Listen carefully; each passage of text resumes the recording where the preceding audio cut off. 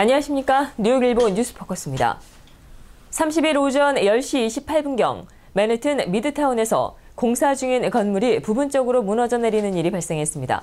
뉴욕시 소방국 FDNI는 이날 붕괴 사고로 한 명이 사망하고 한 명이 심각한 중상에 처했다고 밝혔습니다. 사망자는 뉴욕시 소방국이 도착했을 당시 이미 사망한 것으로 알려졌습니다. 무너진 건물은 25 웨스트 38 스트리트 5에서 6에비뉴 사이에 있는 건물로 새로운 호텔을 건축 준비 중인 것으로 알려졌습니다. 호텔 개발사 측인 풀투나 리얼티 그룹은 현재 사고 경위를 조사 중이라며 관련 입장에 대해서는 함구하고 있습니다. 이 그룹은 이 빌딩을 2012년도에 $1,200만 구입한 것으로 전해졌습니다. 1층에는 유명 쿠반 레스토랑인 하바나가 자리하고 있습니다. 한국 유엔 대표부는 제70차 유엔 총회에서 장애인 포용 결의안을 제출했습니다. 유엔 대표부는 30일 유엔이 장애인의 권익 보호에 선도적인 역할을 해야 한다는 내용으로 보다 접근성 있고 포용적인 유엔의 실현을 향하여라는 제목의 결의안을 인권 문제를 다루는 유엔 총회 산하 제3위원회에 제출했다고 말했습니다. 이번 결의안 제출에는 한국 유엔 대표부와 브라질, 이탈리아, 폴란드, 탄자니아 대표부 등이 주도적으로 참여했습니다.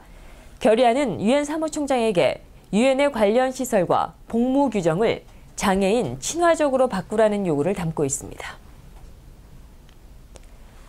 중국의 한자녀 정책 폐기가 너무 늦어 경제에 특효약이 될 수 없다고 뉴욕타임즈와 CNN, 월스트리트저널 등이 30일 경제 전문가들의 말을 인용해 보도했습니다.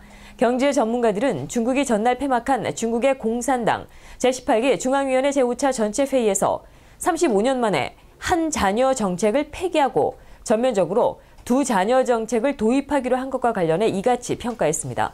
중국 공산당은 1980년 9월 25일 인구 증가 억제를 위해 한 자녀 정책을 채택했다. 저출산과 고령화로 인해 노동 가능 인구가 줄어들자 2년 전부터 제한을 일부 완화했습니다. 중국 정부는 두 자녀 정책 도입으로 대략 9천만 명의 중국인이 두 자녀를 낳을 수 있는 권리를 얻게 됨에 따라 자녀 출산이 급증해 관련 산업의 내수 소비가 확대돼 중국 경제에 도움이 될 수 있을 것으로 기대하고 있습니다.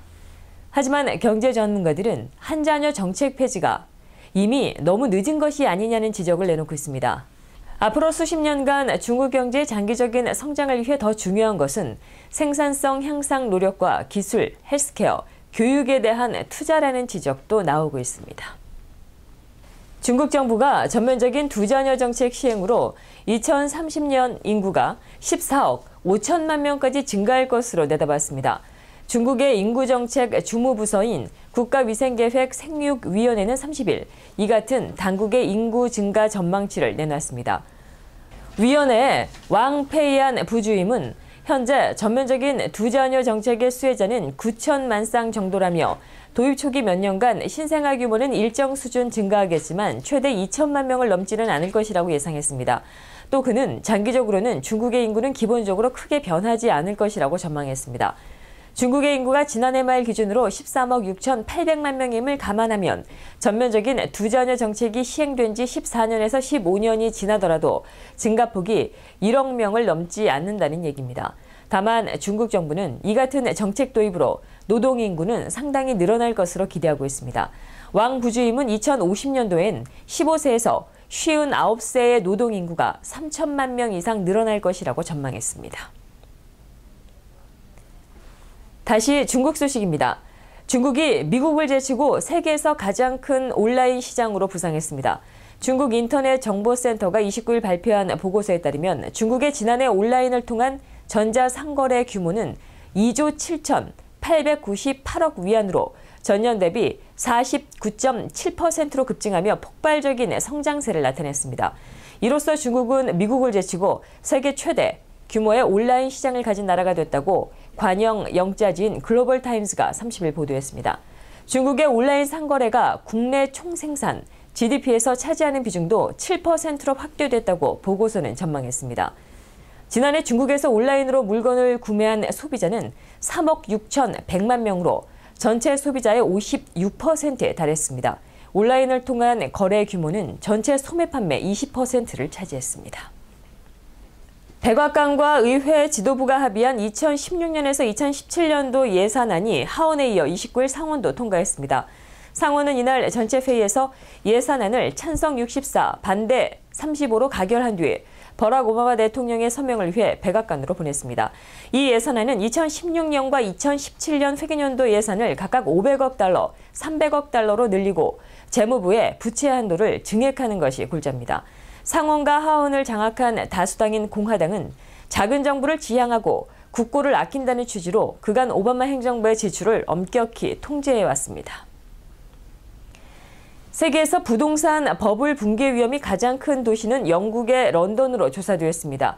CNBC는 스위스 금융그룹인 UBS가 세계 주요 도시의 부동산 가격을 평가한 보고서를 통해 이같이 밝혔다고 30일 보도했습니다. UBS 보고서에 따르면 런던의 실질적인 부동산 서브프라임 사태 이전에 2007년 피크 때보다 6%가 높은 것으로 나타났습니다. UBS는 런던이 세계에서 가장 부동산 가격이 과대평가된 도시라고 지적했습니다. UBS는 외국인 수요와 조세 회피처를 찾는 수요가 런던의 부동산 가격을 치솟게 한 큰 요인이라고 설명했습니다. 런던 다음으로 부동산 거품이 붕괴할 위험이 있는 큰 도시는 홍콩입니다. 런던과 홍콩은 UBS의 부동산 버블 지수에서 1.5 이상의 수치를 기록해 거품이 터질 위험이 있는 도시로 분류됐습니다. 그 다음으로 부동산 가격이 과대평가된 도시는 호주 시드니였습니다. 유럽에서 런던 다음으로 주택 가격에 거품이 낀 도시는 네덜란드 암스테르담으로 나타났습니다.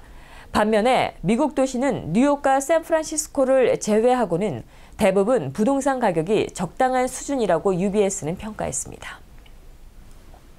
1년 이상 지속되고 있는 저유가 때문에 세계적인 원유 업체들도 위기에 빠졌습니다. 미국의 글로벌 원유 업체인 셰브론은 30일 6천에서 7천 명을 감원할 계획이라고 밝혔습니다.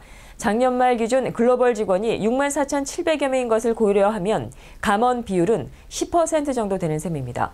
셰브론은 감원 시기와 감원 지역 등은 구체적으로 공개하지 않았습니다. 셰브론은 또 내년 자본 지출 규모가 250억에서 280억 달러 수준이 될 것으로 예상했습니다. 이는 올해보다 25%가 줄어든 것입니다. 셰브론은 2017년과 2018년에도 자본 지출을 축소할 것이라며 200억에서 240억 달러 수준까지 떨어질 것으로 예상했습니다. 미국에서 두 번째 규모를 자랑하는 에너지 업체가 감원과 자본 지출 축소를 결정한 것은 저유가로 말미암아 매출과 영업이익이 크게 줄었기 때문입니다. 디지털 시대의 종이신문 구독자가 점점 줄어드는 상황에서 뉴욕타임즈가 큰 폭으로 늘어난 온라인 구독자 덕분에 예상치를 웃도는 실적을 발표했습니다.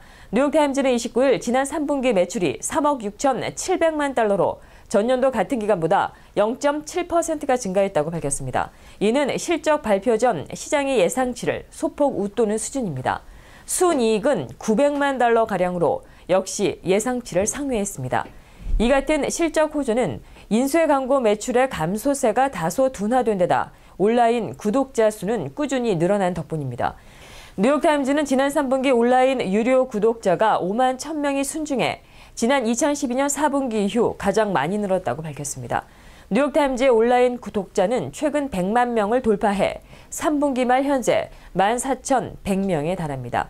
이에 따라 3분기 온라인 구독료 수입은 4,900만 달러로 전년도보다 14%나 늘었습니다. 종이신문을 포함한 전체 구독료의 수입은 2억 900만 달러로 전년도보다 1.1%가 증가했습니다. 회사 측은 온라인 구독자 증가와 종이신문 구독료 인상이 종이신문 판매 부수 감소를 어느 정도 상쇄했다고 설명했습니다. 이상으로 뉴스포커스를 모두 마치겠습니다. 시청해주신 여러분 고맙습니다. 좋은 주말 되십시오.